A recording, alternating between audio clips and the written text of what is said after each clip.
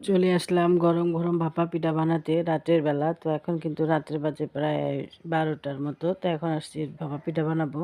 তো নিহা আসলে পিঠা খাইতে চায় না, কিন্তু আসলে ও পিঠা খায় না, কিন্তু আম্মু বানাও বানাও এরকম করে। তো কয়েকটা বলতেছে আম্মু ভাপা পিঠা বানাও, ভাপা পিঠা খাবো। তো অল্প একটু ভাপা পিঠা বানাবো। তো রাত্রে গরম গরম সবাই আছে সজাগ এখনো। তো বানাবো 4-5টা পিঠা, সবাই একটা একটা করে খাবে। কারণ নিহা কিন্তু পিঠা একেবারেই খায় না। সে শুধু পিঠা বানানো নিয়ে ব্যস্ততা, কিন্তু খাওয়া নিয়ে আসে না। সে খায় টক ঝাল। আর আমার বড় মেয়ে খায় মিষ্টি। বড় মেয়েটা আবার পিঠা খুব পছন্দ করে। তো আলিফ ইয়ামিনও খায়। তো এই তো ভাবতেছি রাত্রেবেলা তাহলে বানাই গরম গরম, সবাই একটা একটা একটা দুইটা খাক। তো এই তো হ্যালো এভরিওয়ান, আসসালামু আলাইকুম। সবাই কেমন আছো? আলহামদুলিল্লাহ আমরা আছি আল্লাহর অশেষ রহমতে ভালোই। তো এই তো চলে আসলাম সকাল একটা ভিডিও নিয়ে তোমাদের সাথে। তো এই তো রাতের বেলা এখন ভাপা পিঠা বানাইতেছি। আর আমি ভাপা পিঠা না আমি কখনো বানাইনি, এই ফার্স্ট বানাইতেছি। সবসময় তোমাদের ভাইয়ারা রেডি করে দিলে তোমাদের ভাইয়াই বানায় বসা বসা, কিন্তু আমি ভাপা পিঠা বানাইতে পারি না। তো আজকে ফার্স্ট বানাইলাম, দেখলাম যে না পিঠাটা খুবই সুন্দর হয়েছে।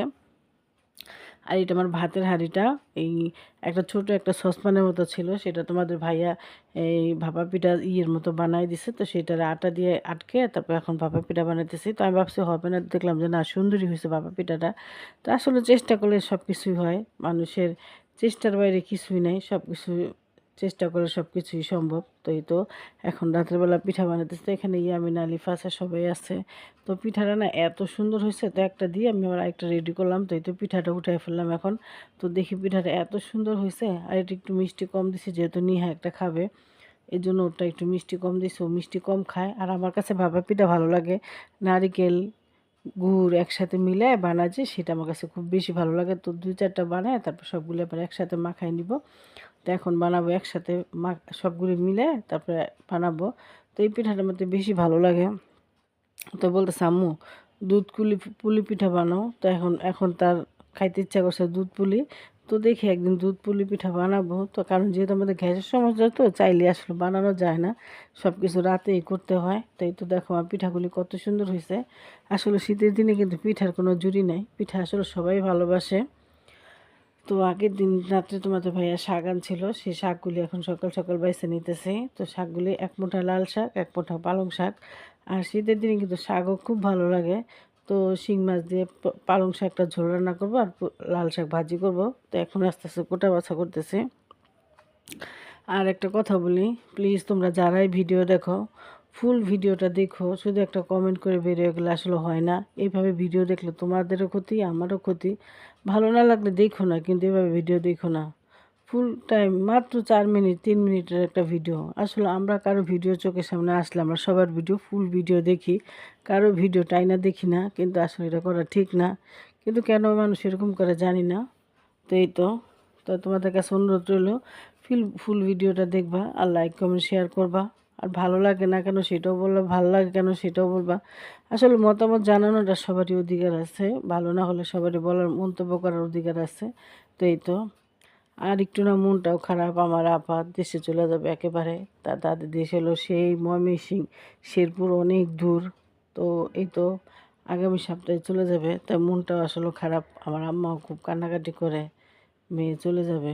তো আসলে যার যার মেয়েদের শ্বশুরবাড়িতে তো যেতেই হয়, যার যেখানে রিজিক থাকে তার সেখানে যেতে হয়। তো এই তো দেখি আপনাদের, এই তো সময় কিন্তু চলে আসছে তাদের গ্রামে যাওয়ার। তো ছেলেরা যাবে না, শুধু আমার আব্বা দুলাভাই ভাগিনা বউ তারাই যাবে। তো আসলে মানুষ মানুষ বলে না, পাখি কিন্তু পাখি না, মানুষ কিন্তু পাখি। আজকে মানুষ এখানে, কালকে মানুষ আরেক জায়গায়, যার যার গন্তব্যে তার তার যেতেই হবে, এটাই নিয়ম। বাবা মা ভাই বোন সব ছেড়ে দিয়ে কিন্তু মেয়েরা শ্বশুরবাড়িতে যায়। তো এই তো অনেক কথাই বলে ফেললাম। তো এই তো আজকে আসছি একটু আরিফেলের দোকানে, আমার একটা ঢাকনা কেনার খুব দরকার।